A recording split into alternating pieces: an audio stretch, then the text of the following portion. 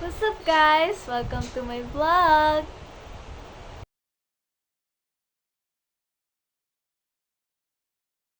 Oh, bakit ba nandito tayo? Anong pag-uusapan natin? Ang pag-uusapan natin kasi ngayon ay patungkol sa pagsulat.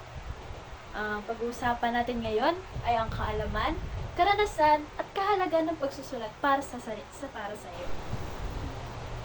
Alam niyo ba, napakahalaga ng pagsusulat para sa akin eh. Hindi din biro ang pagsusulat Bata pa lamang ako, natutunan ko na yan. Nais na aking mga magulang na matutunan ko ang madaling paraan ng paglalahad ng mga salita sa pamamagitan lamang ng pagsulat.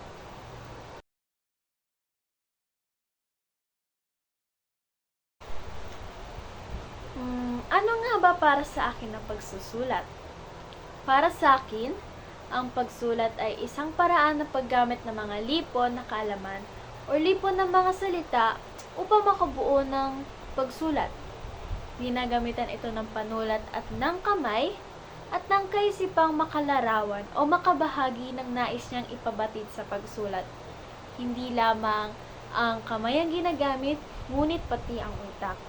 Dahil ang pagsusulat ay ginagamitan ng sabihin natin na malikhaing isip upang makabuo ng isang makabuluhang teksto upang maibahagi ang kanyang nais na saloobin.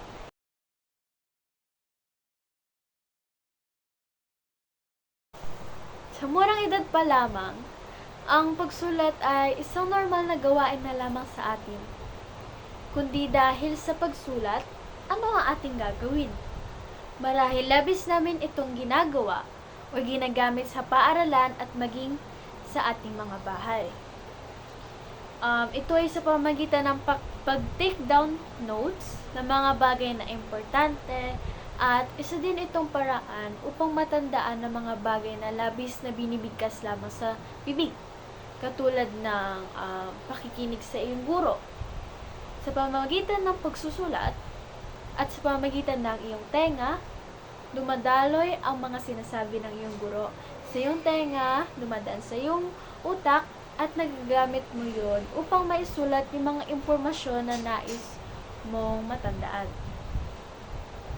Sa aking pagtanda, natutunan ko na din ang mga estilo ng tamang pagsulat ng isang literatura, ang tamang istruktura at ang tamang paggamit ng mga salita.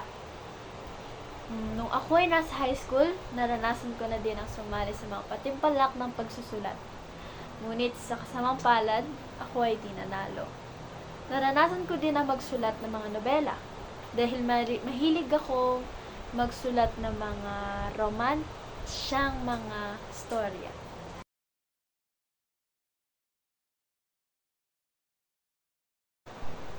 Para sa akin, mahalaga ang pagsulat. Dahil sa paraang ito, naiintindihan mo ang nais na iparating ng kabilang partido. Katulad ng mga paborito kong binabasa ng mga nobela. Kung hindi dahil sa kanilang talento sa pagsusulat, hindi nila matatama ng mga damdamin ng mga mambabasa sa pamamagitan ng kanilang damdamin sa pagsusulat. Ang pagsulat din ay isang paraan ng komunikasyon na ilalahad nila ang mga kaalaman o di kaya mga kwento na nais nilang maibahagi sa mundo. Isa na din dito ang mga libro na ating ginagamit sa paaralan or mga textbook kung tawagin, o di kaya mga libro na ating nakikita sa library. Isa din yung uri ng pagsulat. Kung wala yon, walang impormasyon tayo makukuha sa nakaraan, sa ngayon, at sa posibleng magiging kahihinatnan ng ating buhay. Ayun lamang po. At dyan nagtatapos ang ating vlog. Sana ay may naintindihan kayo at may natutunan sa naibahagi kong karanasan or kaalaman patungkol sa pagsusulat.